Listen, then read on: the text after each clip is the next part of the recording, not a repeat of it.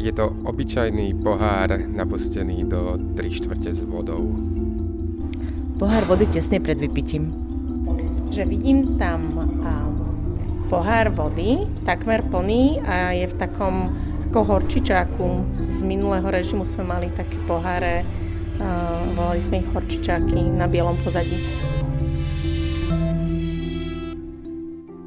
Počúvate podcast Oči do Korán, ktorý vám bude raz do mesiaca prinášať rozhovory o umeleckých dielach. Tento podcast vznikol vďaka spolupráci s Galériou mesta Bratislavy, ktorá poskytuje diela zo svojich zbierok a aktuálnych výstav. V úvode ste mali možnosť počuť opis diela od náhodne oslovených ľudí, neskôr nám o ňom porozpráva samotný autor, autorka alebo teoretik umenia. Moje meno je Monika Pasko-Mikišková a budem vás prevázať týmto dobrodružstvom spoznávania umenia.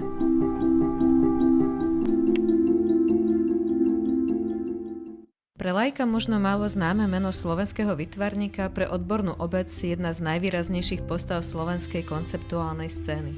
Dielo, ktoré po sebe zanechal, je tak komplexné a mnohovrstevné, že je ho ťažké popísať pár vetami.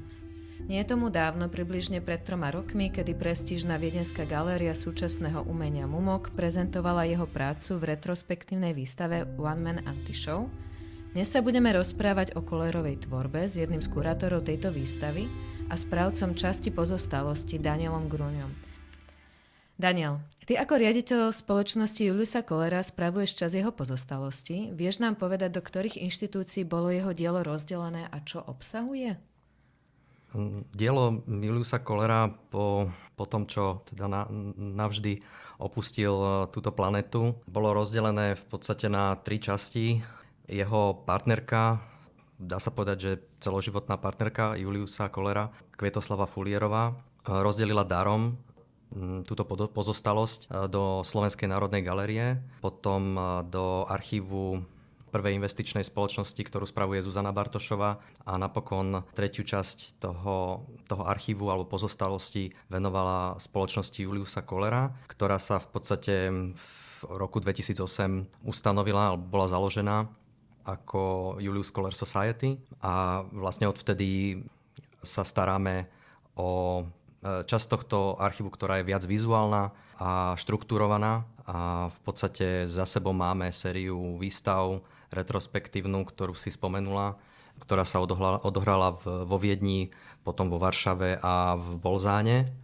No a máme za sebou knižku, ktorá vyšla v prestížnom vydavateľstve v Nemecku, Walter Koenig, a potom teda sídlime v Novej Cvernovke, kde máme stály priestor, kde teda postupne spracovávame tento archív a robíme výstavy, dá sa povedať, súčasného umenia.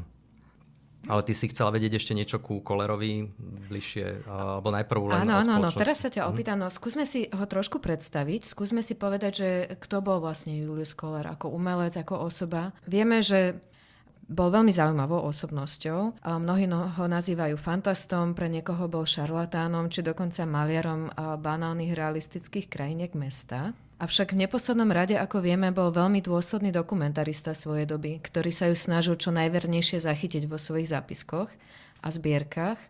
A pedantnosť, ktorou to robil, pripomína prácu antropológa, vedca ako umelca. Ale on ju vtiahol do sféry umenia. Vieš nám povedať prečo? Áno, s týmto v podstate sa dá súhlasiť, ako si predstavila Juliusa Kollera.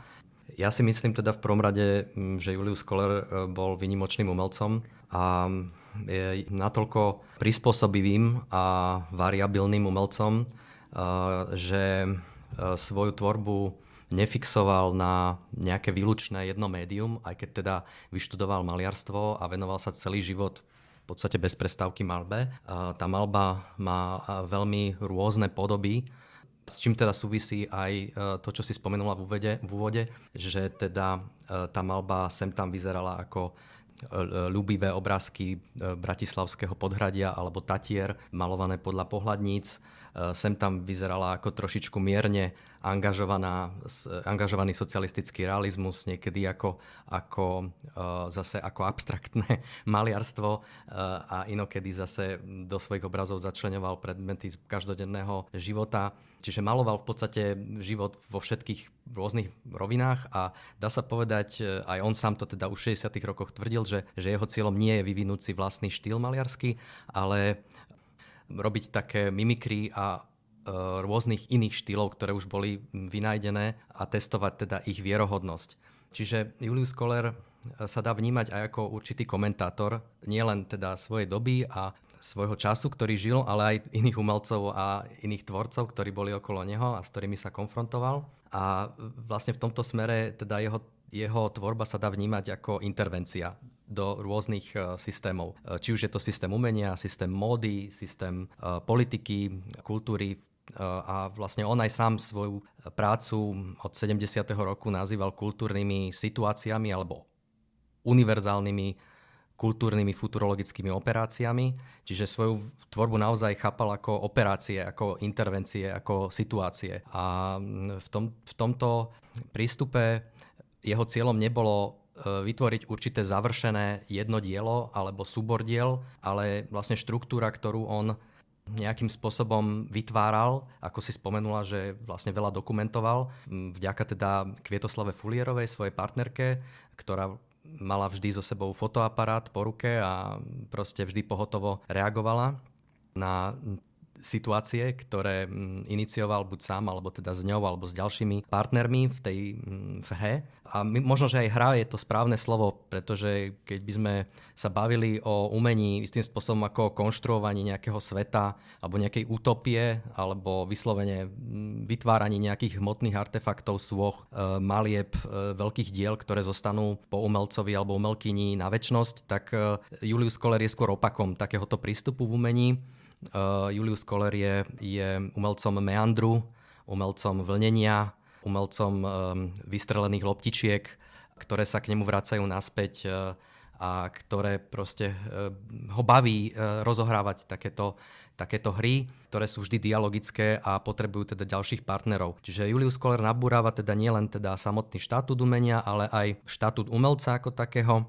On sa v podstate chápal ako akademický maliar, ktorý pracuje pre spoločnosť. Čiže napriek tomu, že jeho práca bola subverzívna, on pracoval vlastne stále na tom, že dokumentoval svoju dobu a dokumentoval proste čas, ktorý žil a vlastne reflektoval rolu seba samého v spoločnosti. Ja by som teraz sa vrátila k poháru vody, ktorý je dneska témou nášho podcastu. Čím je tento pohár vody iný, teda Köhlerov pohár, od toho, ktoré máme doma v poličke? Zdanlivo sa ničím nelíši teda, pretože je to tzv. Ready-made a tí, ktorí poznáte tvorbu Marcela Duchampa, francúzsko-amerického umelca, tak viete, že v podstate každodenný predmet, ako napríklad pisoár alebo lopata na sneh, prípadne sušiak na fľaše sa môže stať umeleckým dielom, ak sa teda nejakým spôsobom činom umelca transformuje na takýto objekt. A Julius Köhler, ktorý teda začal vytvárať okolo roku 63-64 tzv. Ideá predmety, si vybral ako jeden z týchto ideá predmetov práve pohár. Bolo to, tie súvislosti vzniku tohto zvláštneho diela sú také, že ešte ako študent na Vysokej škole výtvarných umení sa účastnil tzv. Experimentálnych výstaviek, ktoré inicioval spolu s Alexom Mlynarčikom a Petrom Bartošom. A dá sa povedať, že na tejto experimentálnej výstavke sa prvýkrát tento pohár vody objavil. Ja nemám z tej výstavy žiadne fotografie, mám len v archíve jeden textový dokument, kde vlastne žiadajú o vznik tej experimentálnej výstavky. Tieto výstavy sa v tej dobe teda nemohli odohrávať v ateliéroch v rámci nejakých ročných hodnotení, odohrávali sa mimo nich a na jednej z týchto výstaviek sa ocitol aj tento pohár čistej vody. Ale nebol to ten istý pohár vody, ktorý vystavilo neskôr? Určite nie. Určite nie. Tých pohárov aj v jeho dokumentáciách je viacero druhov. Čiže v tomto prípade je to odlišné aj od Marcela Duchampa, že Köhler pracoval s rôznymi pohármi a preto to nazýval idea, predmet, pretože ide tam o tú vodu. Ide práve o tú vodu v pohári. Ten pohár nie je ani celkom plný, ani celkom prázdny a názov je Pohár čistej vody. Rok 1964. Musíme sa zamyslieť nad tým, že čo znamená čistá voda v tom pohári. Teraz budem trochu hovoriť vlastnú interpretáciu, pretože napriek tomu, že som sa s Kolerom mal možnosť viackrát zhovárať, nikdy naša debata nezašla k poháru, k tomuto konkrétnemu dielu, teda k poháru čistej vody. Čiže budem trochu teraz interpretovať po svojom, ale myslím si, že v tej dobe, kedy vytvoril tento pohár čistej vody, vzniklo viacero ďalších ideí a predmetov z rôznych materiálov. Okrem iného napríklad použil kladivo, ktoré nazval proletár, alebo ďalšie predmety v tej dobe, napríklad nafúkovacia lopta a rôzne nájdené proste predmety, ktoré niekedy vlastne mu stačilo len fotograficky zachytiť, inokedy ich v podstate aj zachoval alebo ich používal ako výstavné predmety. Ale konkrétne pre túto sériu ideá predmetov, ktorej súčasťou je aj pohár čistej vody, on reflektoval podľa môjho názoru status maliarstva, pravdivosť. Dá sa povedať, že pravdivosť alebo pravda zobrazenia je jednou z kľúčových tém socialistického modernizmu.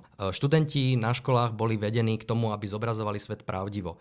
Samozrejme, oficiálna doktrína bola socialistický realizmus, čiže zobrazujme svet tak, aby bol zrozumiteľný širokým masám ľudí a aby bol pravdivý. A pohár čistej vody podľa mňa reflektuje práve tieto systémy zobrazovania, ktoré v určitej dobe vždy nejakým spôsobom sa interpretujú a nejaké sú dominantnejšie, niektoré sú menej. Ide tu predovšetkým o otázku pravdy a pravdivosti, ktorú reprezentuje tá čistá voda v tom pohári.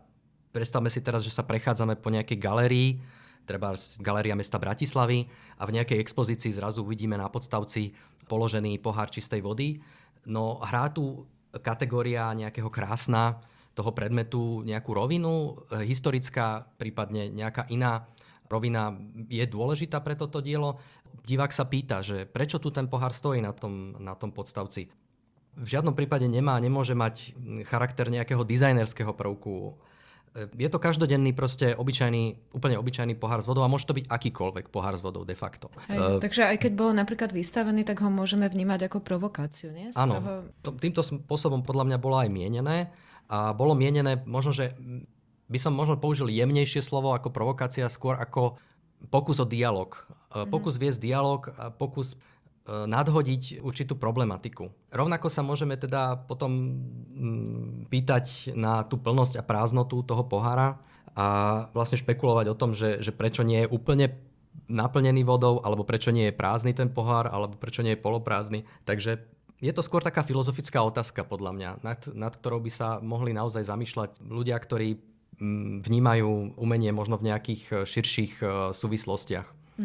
No ale koľko takýchto exemplárov, je v zbierke? Vieme, že má v zbierke teda tento pohár vody Galérie mesta Bratislavy, ale majú ho aj teda, ako si naznačil mi pred týmto rozhovorom, že nie sme jediná inštitúcia, ktorá ho má zakúpený, že kto ešte má, alebo kto si ho kúpil? Ja by som sa ešte vrátil ku tomu vystavovaniu, lebo ono to začalo v podstate predtým, než sa predmet dostane do nejakej zbierky, mal by byť vystavovaný. Hej? A vlastne v prípade príbeh tohto pohára, tohto diela, pohára čistej vody, je taký, ako som spomenul, teda bol vystavený v tom roku 64 na experimentálnej výstavke a odvtedy ticho. A proste nikto nikdy viac ten pohár nevidel na žiadnej výstave. On sa objavil, pokiaľ som teda dobre hľadal a sa dobre dopatral, na výstave, ktorú robil Richard Gregor vo Viedni, v Kunsthalle Exnergasse v roku 2002. A vtedy teda prvýkrát ten pohár vyplával proste na verejnosť po mnohých rokoch a po tejto, predpokladám, že vtedy Richard Gregor pracoval, alebo následne potom pracoval v Galérii mesta Bratislavy a zabezpečil teda nákup tohoto diela do zbierok inštitúcie. Ale zaujímavé, čo sa dialo následne potom. Neviem presne, v ktorom roku to bolo, ale parížská galéria GB Agency pohár, ktorý získala priamo od umelca, od Juliusa Kollera, predala do Fondazione Mora Greco v Neapoli. A tento pohár sa nachádza teda aj v tejto zbierke. Čiže čo je veľmi zaujímavé, že vlastne sú minimálne dva. Samozrejme, myslím, že tie inštitúcie dosť dlhú dobu o sebe nevedeli, že vlastnia rovnaký artefakt.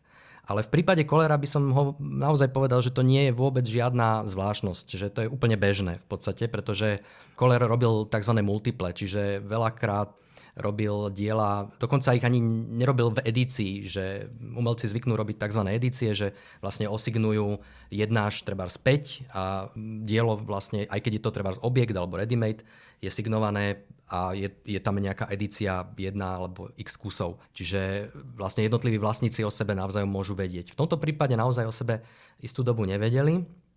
Myslím si, že to vzniklo aj samotným tým nedopatrením Juliusa Kollera, tým, že on naozaj vytvoril obrovské dielo, ktoré má množstvo entít, jednotlivostí, proste je to naozaj mnohopočetné a variabilné, veľmi rôznorodé dielo.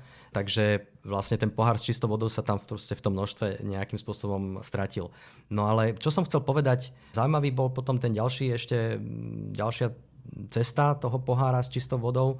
Vystavili ju následne v roku 2009 francúzsky kurátor a umelec Pierre Balbon na výstave Smrť publika, čo bola veľmi zaujímavá výstava, ktorá sa odohrala vo viedenskom Secesione. On zaradil toto dielo do kontextu performance, čo bolo pre mňa veľkým prekvapením a v kontexte performatívnych diel toto dielo vyzeralo naozaj veľmi zvláštne, staticky, ale samozrejme reflektovalo ten problém vzťahu diela k divákovi. A myslím si, že v tomto smere bolo na správnom mieste. Potom, v podstate samozrejme, keď sme pripravovali retrospektívu Kollera, najprv vo Varšave a potom vo Viedni, chceli sme zaradiť toto dielo na výstavu a zapožičali sme si ho práve zo zbierok Mestskej galérie v Bratislave. Stala sa taká zaujímavá vec v priebehu výstavy, že my sme teda, ten pohár sa vystavuje proste položený na vysokom podstavci, ktorý má približne výšku okolo 120 cm, tak nejak, alebo 140, čiže je pomerne vysoký a vlastne ľahko ten pohár vlastne zhodíte lakťom alebo proste drgnete do toho nedopatrením a pohár je zrazu na zemi a rozbitý. Čiže vlastne toto sa aj stalo, že ten pohár spadol z toho podstavca a rozbil sa, ale a všetci sme zostali ako v hrôze, že teraz čo. Ale našťastie teda oni boli natoľko chytrí v múzeu, že vlastne oni vystavili repliku. Čiže zapožičali ten pohár, ale nevystavili ho. Čiže vystavili druhý pohár. Potom som sa dozvedel od asistentky, že oni sa báli ho len tak voľne položiť, tak že vlastne robili potom prieskum a vlastne identický pohár vlastne objednali z Brna, alebo odkiaľ si, neviem presne teraz, ten dali na ten podstavec. Alebo s vysokou pravdepodobnosťou to bol úplne iný pohár, než ten, aký poznáme. Áno, že v kontexte jeho tvorby na tom nezáleží. Áno. Než je materiálna stránka tohto No moja posledná otázka, blížime sa k záveru, bude... Rada by som sa ťa opýtala, že keby si ty ako odborník na dielo Juliusa Kollera mal vyzdvihnúť jedno dielo z jeho tvorby alebo jeden počin, tak na čo by si poukázal? Čo by si našim poslucháčom opísal? No, to si ma zaskočila teraz. Čo by som nejak tak vyzdvihol? Asi by som nadviazal na to, čo som hovoril v úvode, že to Kollerovo dielo je mimoriadne rozsiahle, variabilné a plné vnútorných rozporov, kontroverzií a napriek tomu tvorí určitú jednotu. Má určitý vnútorný poriadok. Takže to ma asi tak najviac zaujíma na Kollerovi. Ďakujem veľmi pekne. Bolo to zaujímavé a toto vlastne bude aj koniec nášho podcastu. Ďakujem pekne za pozvanie.